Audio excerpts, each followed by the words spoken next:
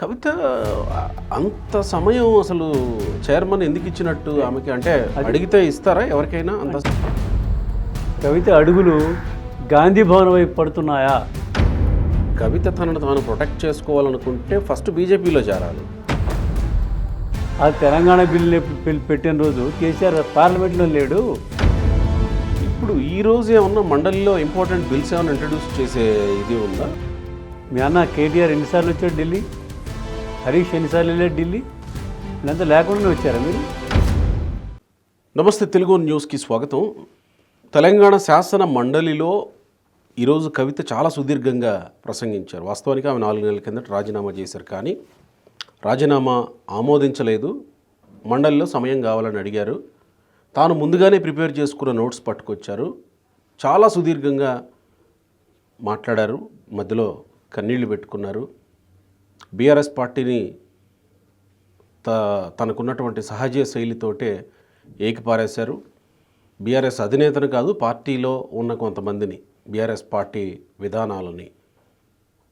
అయితే కవిత ఇంత సుదీర్ఘంగా ఎందుకు ఈరోజు మాట్లాడాల్సి వచ్చింది? మంత్రులంతా ఎందుకు వచ్చారు? మంత్రులు అంటే కీలకమైనటువంటి మంత్రులంతా మండలికి ఎందుకు వచ్చారు?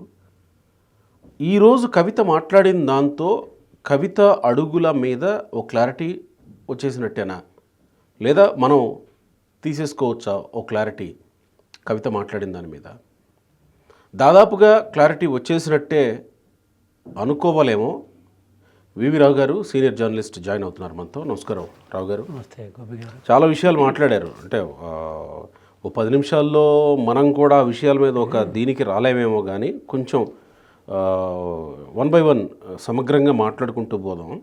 ఈరోజు మాట్లాడిన తీరు మీద మీరు ఏమన్నా ఒక కంక్లూజన్కి వచ్చారా? అంటే రాజకీయంగా ఆమె అడుగుల మీద అంటే కవిత 1-2 విషయాల్ని బలంగా స్పష్టంగా చెప్పగలిగింది. తెలంగాణ విషయంలో, తెలంగాణ తేవడంలో కేసీఆర్ కృషి అంతుందో, సోనియా గాంధీ సహకారం అంతున్న విషయాన్ని మరోసారి కుండబద్దలు కూడా చెప్పింది. ఇప్పుడు కేటీఆర్ వీళ్ళంతా కూడా ఏం చెప్తున్నారు? చావునూట తలబెట్టి తెచ్చాడు కేసీఆర్ తెలంగాణని, అసలు కేసీఆర్ అంటే లేకపోతే తెలంగాణ ఎక్కడుంది అనేది వాళ్ళు చెప్తున్నటువంటి మాటలు. అయితే అందులో వాస్తవం ఉంది. అంటే కేసీఆర్ అనే వ్యక్తి 2001లో ఈ ఉద్యమాన్ని చేపట్టకపోతే తెలంగాణ ఉండేది కాదు. తెలంగాణ తేవడంలో కేసీఆర్ పాత్ర ఎవరు దాన్ని తక్కువ చేసి చూపించడానికి వీల్లేదు, దాన్ని విస్మరించడానికి వీల్లేదు. అయితే ఇక్కడ వచ్చిన చిక్కంత ఏంటంటే, మా సోనియా గాంధీ ఇవ్వబట్టే తెలంగాణ వచ్చిందని కాంగ్రెస్ వాళ్ళు చెప్తున్నారు. అంటే మీ సోనియా గాంధీ ఇవ్వలేదు, మేము మెడ నుంచి తెచ్చామని వీళ్ళు చెప్తున్నారు. అయితే ఆ విషయంలో కవిత క్లారిటీ ఇచ్చింది.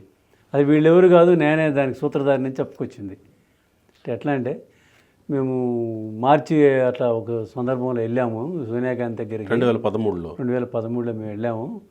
వెళ్ళి 2 నెలల పాటు అక్కడ మేము ఫ్యామిలీ అంతా ఉన్నాము. అయినా ఏం కదలిక కనిపించట్లేదు. నాకున్న చొరవతో నేను అప్పుడు ఆస్కార్ ఫెర్నాండెస్ తోటి కేసీఆర్ గారికి సమావేశం ఏర్పాటు చేసినాం. దాంతో కొలిక్కి వచ్చింది తెలంగాణ ఇవ్వడం.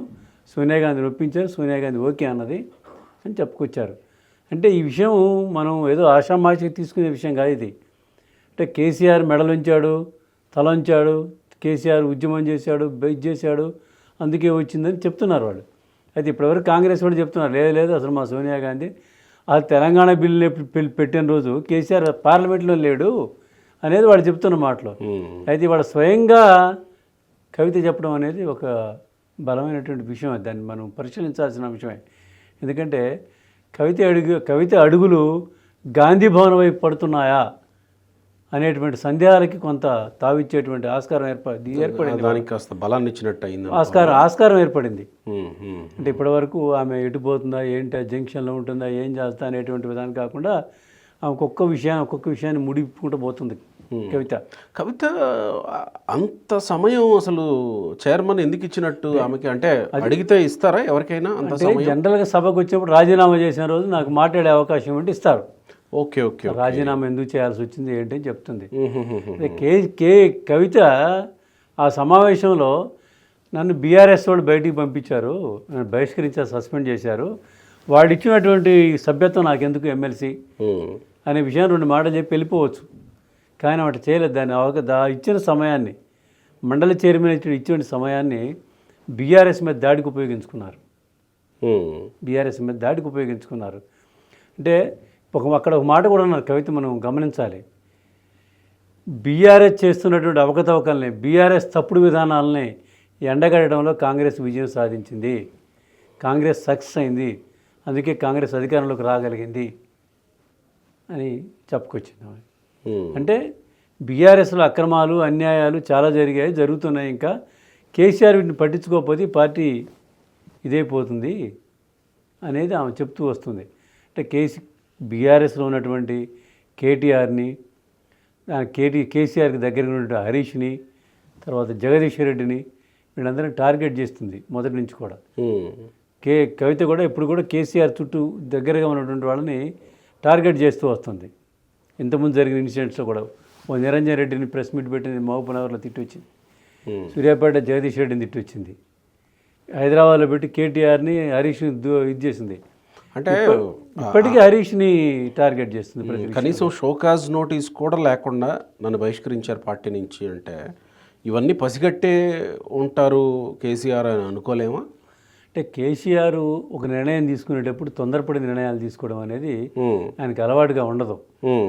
కాస్త ఆచి తూచి ఈ పరిణామం ఇది తీసుకుంటే ఏం పరిణామాలు ఎదురవుతాయో మనకు అనేటువంటిది లేకుండా కేసీఆర్ నిర్ణయాలు తీసుకోరు ఆయన.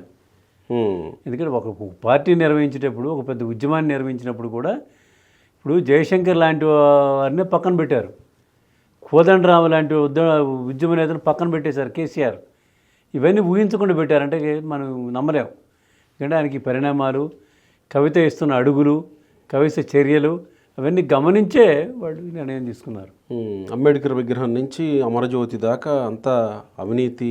ఇవాళ మాట్లాడితే ఎలా నువ్వు అవినీతి, అమరజ్యోతి, సింగారెడ్డి అంటే కేసీఆర్ని కూడా లాగుతున్నట్టే అనుకోవాలి దీంట్లోకి. అందుకే కదా ఇప్పుడు గాంధీ భవన్ వైపు అడుగులు పడుతున్నాయి అనడానికి మనకి ఆస్కారం ఏర్పడుతుంది అనేది మనం.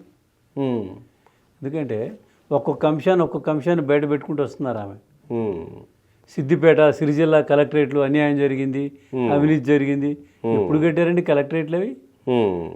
ఎప్పుడు కట్టారు అవి? ఎప్పుడు మనుగడలోకి వచ్చాయి? ఇవాళ మీరు అవినీతి అని చెప్తే ప్రజలు నమ్ముతారా? బీఆర్ఎస్గా పార్టీ పేరు మార్చడానికి కూడా నేను వ్యతిరేకించాను అంటే ఆమె ఇంకో మాట కూడా చెప్పింది, 3 ఏళ్ల పాటు నాకు పార్టీ సహకరించలేదు, అది నన్ను ఈడీలు, సిబిఐలు నా మీద దాడి చేసి కేసులు పెట్టి ఇన్ని చేసిన చెప్పింది. ఏమీ లేకుండానే జైలు నుంచి బయటకు వచ్చారా మీరు? జైలు నుంచి మీ సొంతంగా రాగలిగారా? మీ అన్న కేటీఆర్ ఎన్నిసార్లు వచ్చాడు ఢిల్లీ? హరీష్ ఎన్నిసార్లు వెళ్ళాడు ఢిల్లీ? వీళ్ళంతా లేకుండానే వచ్చారా మీరు? ఆమె ఒక హిడెన్ ఎజెండాతోటి బయలుదేరారండి. ఆ ఎజెండా అవన్నీ గమనించే వాళ్ళు ముందుగా పార్టీ నుంచి బయటికి పంపారు. ఇప్పుడు దానికి వీళ్ళ మీద తిడితేనో వీళ్ళని చేస్తేనో తన సానుభూతి వస్తుంది అనేది ఆమె ఆలోచన. కానీ అనుకోవటం కేసీఆర్ తిడుతునో కేటీఆర్ తిడుతునో కొత్తగా వచ్చే ఏమి ఉండదు ఆమెకి. తండ్రి దగ్గర, అన్న దగ్గర, పార్టీలో, సొంత పార్టీలో, అంటే ఒక రకంగా సొంత కుటుంబ పార్టీ లాంటిదే కదా బీఆర్ఎస్. కుటుంబమే కదా.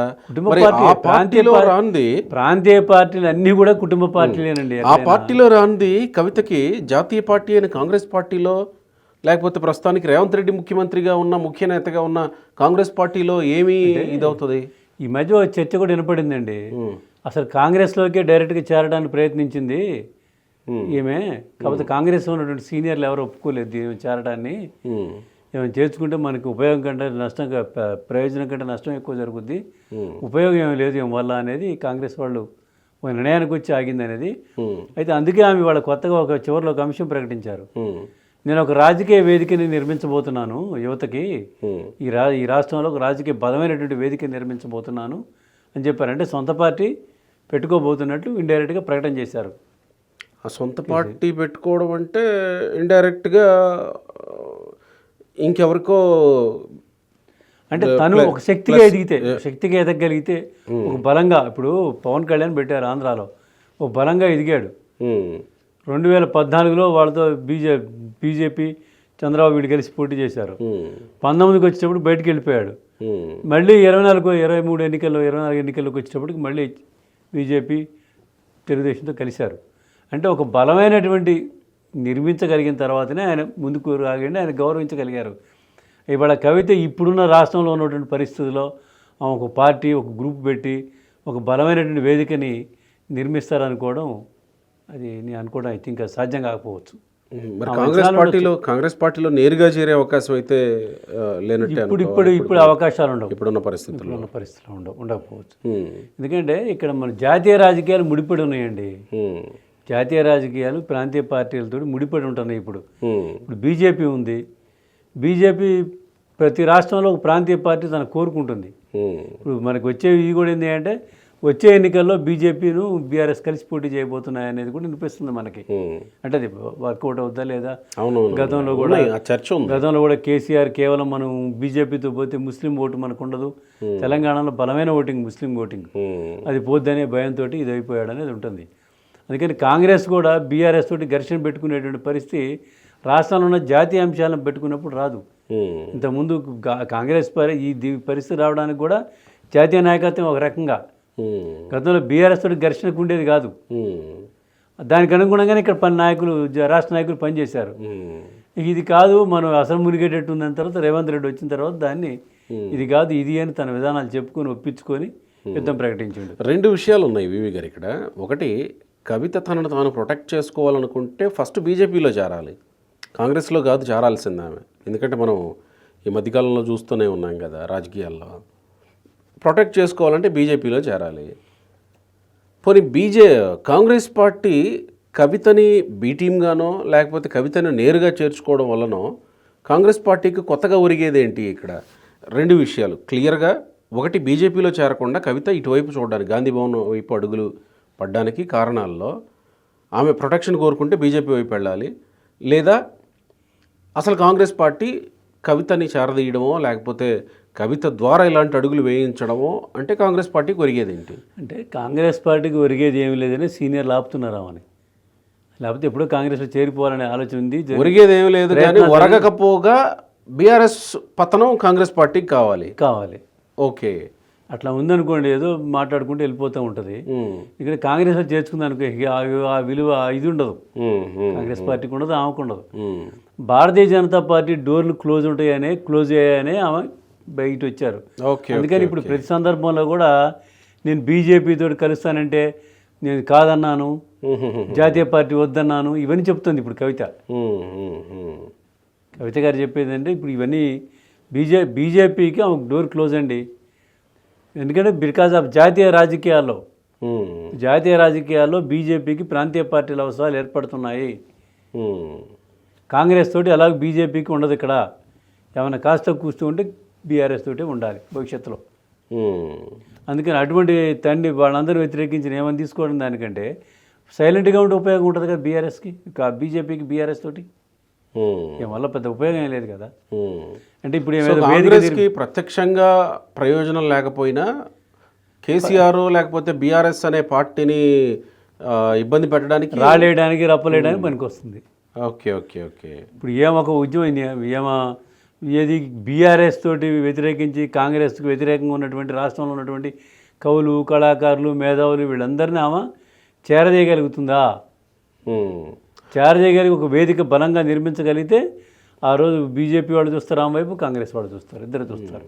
ఇప్పుడు ఈ రోజు ఏమన్నా మండలిలో ఇంపార్టెంట్ బిల్స్ ఏమైనా ఇంట్రడ్యూస్ చేసే ఇది ఉందా? అంటే మినిస్టర్స్ అంతా వచ్చి కూర్చున్నారు కదా కవిత మాట్లాడుతున్నప్పుడు. కవిత ప్రసంగం ఇందామని వచ్చినట్టున్నారు తప్ప కౌన్సిల్కి పెద్దగా మంత్రులు రారండి. ఇంపార్టెంట్ బిల్స్ వచ్చినప్పుడు వస్తున్నారు. మనకి పొంగులేటి శ్రీనివాసరెడ్డి, పొన్నం ప్రభాకర్, డిప్యూటీ సీఎం బట్టి కూడా డైరెక్ట్గా వచ్చి అక్కడికి వచ్చి కూర్చున్నారు. ముఖ్యమంత్రి మాత్రమే లేరు.